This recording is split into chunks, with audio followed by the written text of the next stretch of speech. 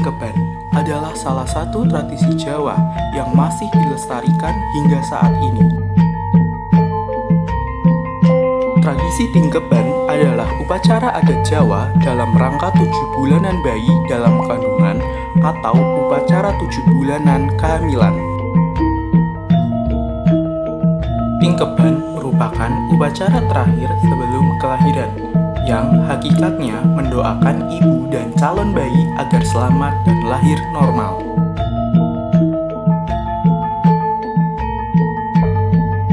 Tradisi Tingkeban juga disebut dengan mitoni.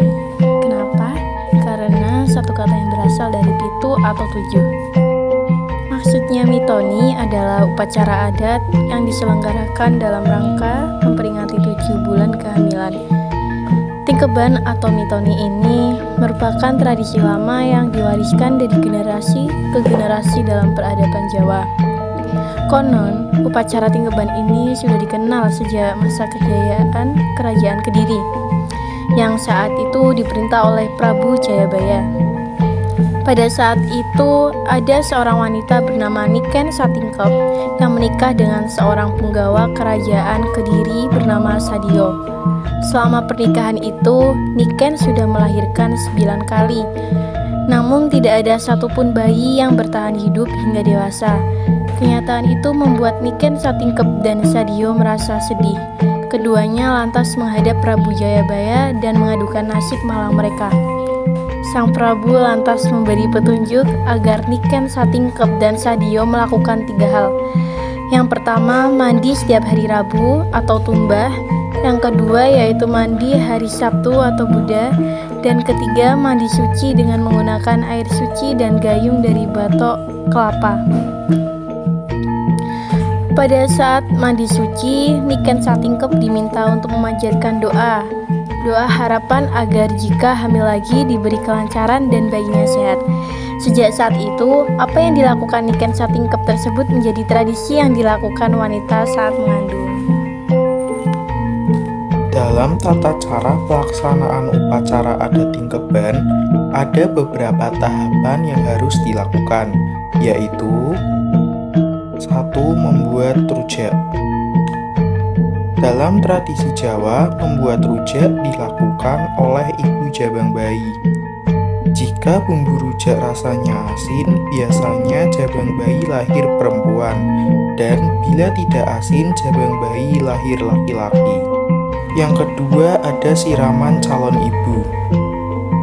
Siraman biasanya dilakukan oleh sesepuh sebanyak 7 orang.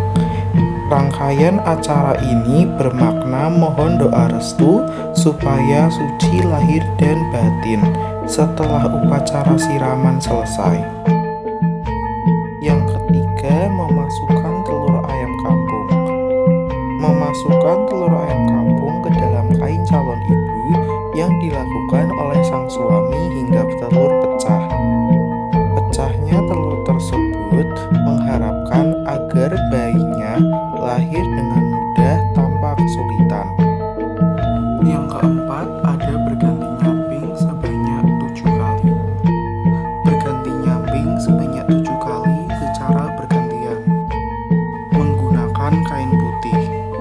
Kain putih sebagai dasar pakaian pertama yang melambangkan bahwa bayi yang akan dilahirkan adalah suci dan mendapatkan berkah dari Tuhan Yang Maha Esa. Diiringi dengan pertanyaan nyamping yang dipakaikan secara urut dan bergantian berjumlah 12, dan diakhiri dengan motif yang paling sederhana sebagai berikut. Yang pertama, ada motif Sidoluhur yang melambangkan kemuliaan. Yang kedua, ada motif Sidomukti yang melambangkan kebahagiaan. Yang ketiga, ada motif Teruntung yang melambangkan agar nilai-nilai kebaikan selalu dipegang teguh oleh sang bayi. Yang keempat, ada motif Udan Tiris melambangkan harapan agar kehadiran dalam masyarakat anak yang akan lahir selalu menyenangkan. Yang kelima, ada motif Sidoasih, maknanya agar bayi yang akan lahir menjadi orang yang selalu dicintai. Yang keenam, ada motif lasem sebagai kain bergaris vertikal bermakna semoga anak senantiasa bertakwa kepada Tuhan Yang Maha Esa. Yang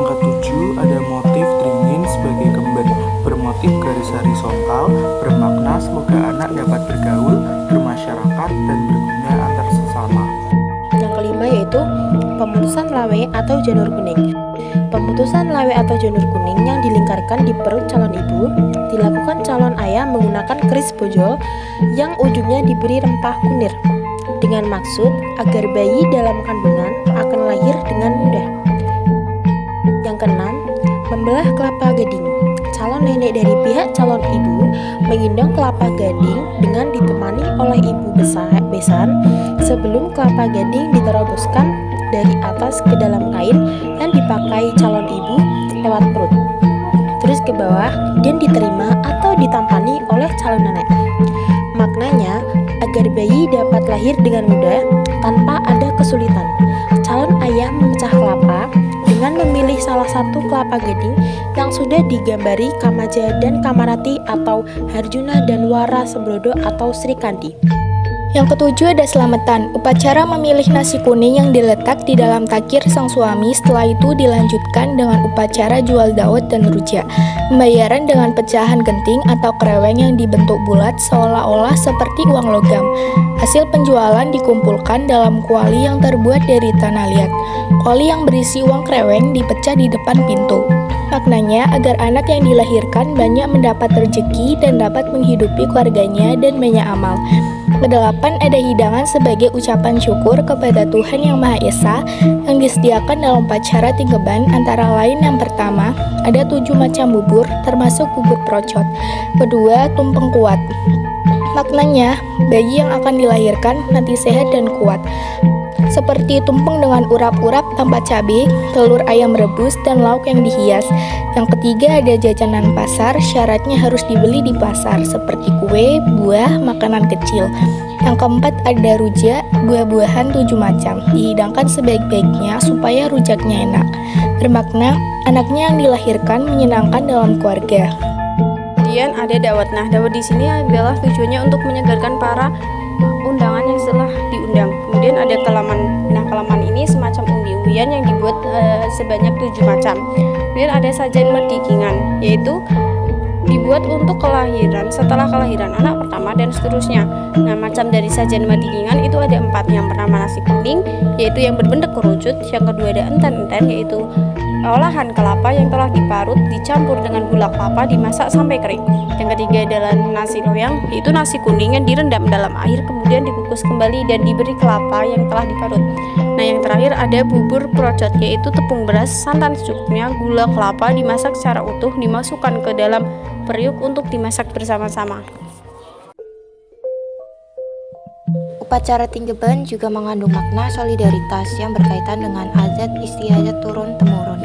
Bagi masyarakat Jawa, mengabaikan adat akan menimbulkan celaan dan nama buruk bagi keluarga. Oleh karena itu, meninggalkan tingkeban tidak hanya melanggar etik status sosial, namun juga tidak menghormati tantanan para leluhur.